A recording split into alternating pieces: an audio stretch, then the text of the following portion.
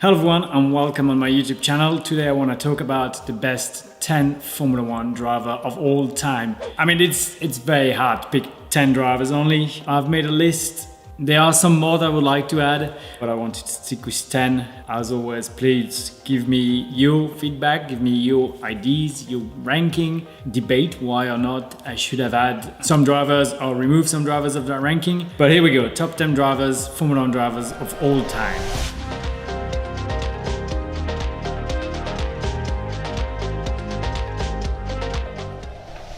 Before I go, I would like to say one thing. I've put 10, but I didn't list them in a ranking, right? So it's 10 drivers. Don't expect number 10 to be number 1, number 1 to be number 10. I just put them here on a list. So the first one I want to talk about, and it's because I share a little bit of history with him, is Niki Lauda. Obviously, Niki Lauda, a very impressive driver. I have a picture sign of him at home. He had a massive accident at the Nürburgring, got burned in his car. I did get burned in Bahrain, my accident, so obviously we share that. But huge respect for Niki as a driver, and then what he did with Mercedes Formula 1 team. Obviously, Niki had his big accident in '76. Only 6 weeks after his accident, he was back racing. I believe he was back racing in Monza. And when he removed his balaclava, there were blood from the injury. Finished vice world champion that year, was world champion the year after. Absolutely stunning to see that he kept racing and came back so early after his accident. And then, for me, Niki is that red hat all the time on creating Mercedes Formula 1, the most successful team of all time. Niki is 3-time world champion, 25 race win, one of the biggest mental strengths that I've seen in my career, and probably one of my favorite drivers of all time. Number 9, Sebastian Vettel, 4-time world champion, very impressive career. I remember watching Sebastian racing in Formula 3 when I was in Formula 1, and then I still remember watching his first Formula 1 race at the US GP when Robert Kubica couldn't race because of his accident in Canada, and honestly for a first race it was very, very impressive. He was part of the BMW Junior program as well as Red Bull, so he drove for BMW in the US Grand Prix in Indianapolis, had a very good weekend, setting up into going to Toro Rosso, and then at Toro Rosso he won Monza under a very, very wet weekend. Obviously, the car was working very well. Sébastien Bourdais, the French driver, was with him at the front of the grid, but had an issue at the start. And just Sébastien flew on the race. He was just surfing the water with Toro Rosso. Then went to Red Bull for World Championship. I was lucky to fight for podiums and wins with him back in 2012 and 2013, and that was amazing. Then Sébastien went to Ferrari a little bit later, and Ferrari was not at his best. He did fight. He gave Lewis Hamilton a tough time trying to win the championship against him. That was a pretty good battle to follow. For me, Sébastien is part of those top 10 drivers just because of what he achieved, so young, being so mature and so ready for Formula 1. Next on the list is Stirling Moss. Even though Stirling Moss was never world champion, he's got 16 wins and 24 podiums. He was overshadowed by Juan Manuel Fangio, and his nickname is the champion with no crown. Stirling Moss was an absolute incredible driver, so fast, unlucky 4-time vice champion in 4 years in a row, 3 times behind Fangio. Such a gentleman. Even Mercedes released a car at his name, a car named after Stirling Moss. Yeah, just an incredible driver, but never was world champion. Next on the list is Jim Clark. Jim Clark is an absolute incredible driver. He's won 25 out of the 73 races he participated in, had to drop 28 times, was 2-time world champion in 1963 and 1965. He even went rallying, and actually was at the Great Britain Rally, and he was super competitive. He was fighting there with the best rally drivers until he drifted off the track. But that shows how much skill Jim Clark had. I mean, that record of 25 wins out of 73 races, that is absolutely incredible driver that liked to drive Formula 1 rally car. Unfortunately, during a Formula 2 race in 1968 he had an accident and passed away, but for me I love the fact that he was driving wherever he could drive, and that's so cool to see. Next on the list is Jackie Stewart. Jackie is a Scottish driver, 3-time world champion, 27 wins, 43 podiums. He was one of the leaders of Formula 1 in the late 60s, early 70s. Once after the death of Jim Clark in 68, Jackie Stewart became the new British star of motorsport. Jackie Stewart raced 99 races, 43 podium, 27 win. He set a record that was then beaten by Alain Prost. But the crazy thing here is Jackie Stewart only raced 9 years in Formula One, was two-time world champion, two-time vice world champion. That is absolutely incredible.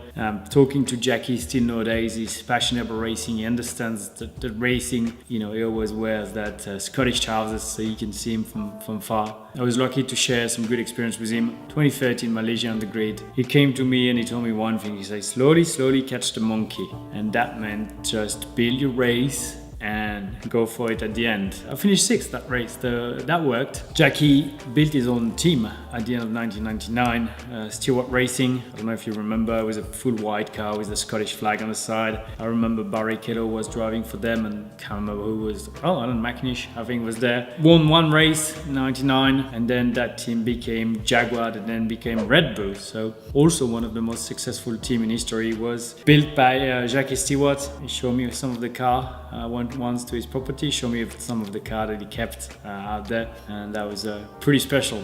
Next on the list, just talk about it, Alain Prost, 4-time world champion, 51 wins, 106 podium, the most successful French driver. Obviously, I know Alain very well. He's got 199 races in Formula One, 106 podium, 51 wins. So very impressive stats. I started watching Alain in 93, 94. So I was young, and Alain was fighting Ayrton Senna, obviously as a French driver. I was following Alain a lot, but Ayrton has something very unique. Ayrton was just Ayrton Senna. So it was hard to pick up one of the two to be my favorite. Alain was, very practical. The professor, that's his nickname, looking at all the elements and putting them together, whilst I believe Ayrton was just more feeling based onto it. And when they were teammates at McLaren, there was some far. One of the biggest rivalry of Formula One. It didn't go well all the time between Alain and Ayrton, but it was pretty cool to see them racing that hard. Suzuka, when they crashed as teammate at McLaren, and the year after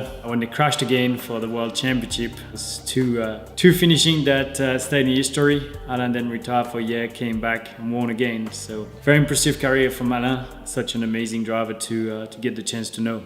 Next, Lewis Hamilton, 7-time world champion, one of the most successful driver, tie with Michael Schumacher. I won't go into the stats because Lewis is still racing. I believe he's still gonna win some races, but also a driver that I've got the chance to compete in. For me, one of the most impressive parts was Lewis when he came in 2007 with McLaren, teammate with Fernando Alonso, and everyone thought rightly so that Fernando was going, after being world champion with Renault, was going to be the one that was going to dominate the rookie. And straight away from the first start in Australia, you could see that Lewis was up there on the pace, being super, intelligent and fast, and almost was world champion there if it wasn't for a mistake in China at the pit entry, or some more. But obviously some other races where he could have scored points. But very, very impressive season. That year Kimi Räikkönen was world champion, and 2008 Lewis won his first world title, and then went to Mercedes when McLaren was still at the top. So everyone was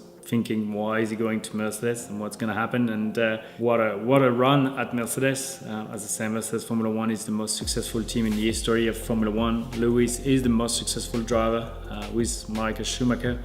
He's got the opportunity to become the first 8-time world champion. It was very close in 2021. Can still debate that it should have happened. Very impressive to see that career. So definitely a huge champion there. So 7-time world champion Michael Schumacher, incredible driver. I grew up watching Michael and Ferrari. He joined the team when they weren't at their best, but with Jean Todt and Ross Brawn, they did manage to turn that around and be one of the most incredible team of the history. For me, Michael Schumacher, it's the battle with Juan Pablo Montoya and the one with Fernando Alonso. It was so cool to see. Obviously, pretty much every kid in the world grew up with a red car, and red means Ferrari. So those Ferrari were absolutely incredible. I also remember Mika Häkkinen and Schumacher. So yeah, it was Mika Häkkinen, Schumacher, and Montoya Schumacher, and Alonso Schumacher. I was lucky to race against Schumacher back in 2012. That was very special. Being on the same track as him and passing and being passed by Michael. That was very unique. Definitely something that I was lucky to have in my career. We have also to remember that before going to Ferrari, actually, Michael Schumacher went to Jordan And his first weekend was the Belgium Grand Prix. He was absolutely stunning there. And then with Benetton, he was 2-time world champion already, fighting with Ayrton. So yeah, I mean, if you look at it, Schumacher was Ayrton, Hakkinen, Montoya, Alonso. Then I got the chance to race him. That's absolutely incredible to think of that. I'm not good at looking back and looking at those stats, but no, I know it because we're doing the video together, and I'm quite excited about it. No, obviously, Ayrton Senna, 3-time world champion, 41 wins, 80 podiums, drove for pretty much 10 years, 84, 94. If you look at the history of Ayrton, him driving on the rain in Monaco with a car that wasn't the best and just flying and being so good, to almost lapping everyone in Monaco in the race and crashing at the end because he kind of lost the focus. 3-time world champion with McLaren, then went with Williams to win a 4th world title, and 4th race of the season is Imola 94, probably the worst weekend of F1 history, with Roland Ratzenberger dying on Saturday in qualifying, and Sunday 1st of May 94, Ayrton Senna passing away in the race. I was watching that race. I was only 8 years old, but I still remember watching the race. I still remember not understanding what was going on. I was with my dad on the sofa and I was watching and waiting and didn't know what was happening 28 years ago. I still remember what I was doing. For me, Ayrton was just absolutely incredible. He inspired so many drivers just by the way he raced, the way he was passionate about it. I love using his quote: if you're no longer for a gap that exists, you're no longer a racing driver. I think that's something that I take from him, and I like that mentality that when you're out there and you're going for it. You know, you're not taking no for an answer. That's definitely something that Ayrton would do. For me, he's one of the best of all time. I wish I'd seen him more racing. I wish he was still here wearing his blue national hat and his yellow, green and blue helmet. He had the most pole position, 65 during 17 years, the record until Alain Prost took it. But he was just probably the fastest, or one of the fastest driver that ever raced car. Last on the list was one of the first world champion, Juan Manuel Fangio, Argentinian driver, 5-time world champion with 4 different teams: Alfa Romeo, Mercedes, Ferrari and Maserati when he was age 47. Obviously it was a different time in the 50s. It was 4 times in a row, 54 to 57, 24 victories in 51 races. That's almost 50% of the wins, and the rest of the time was pretty much second. So he's like the godfather of all the racing driver in the world. 5-time world champion in an area where it was just so dangerous, so unpredictable, so much different.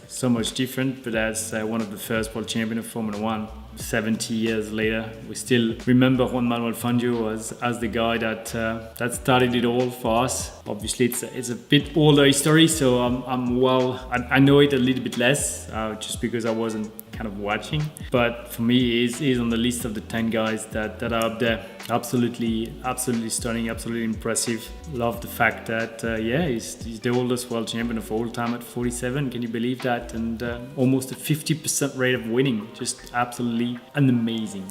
There are more drivers that I like to put here. Fernando Alonso is one. I talked about it. I was lucky to be his teammate. Absolutely impressive. But Fernando is not done yet. It keeps going, and he goes like he's 20. There's Max Verstappen, but still same thing. Max Verstappen is only 24 years old, so I'm gonna give him a few more world championship, and then we add him in the list. Graham Hill is one too. Graham Hill was he's one of the only driver, if not the only driver. He's the only driver with the triple crown, meaning Monaco GP, 24 Hours of Le Mans, and Indy 500. A lot of drivers tried those triple crown, but only Graham Hill was able to get it. So yeah, that list gonna probably evolved. It's just gonna get bigger because it's impossible with the time to keep to 10. But we'll do a new one in some time. So please, as always, make sure that you like, you subscribe, you give me a comment, you give me your list, why, the pro and the cons. Who maybe should have had or removed. I don't think there's any to remove, but let me know if there are any.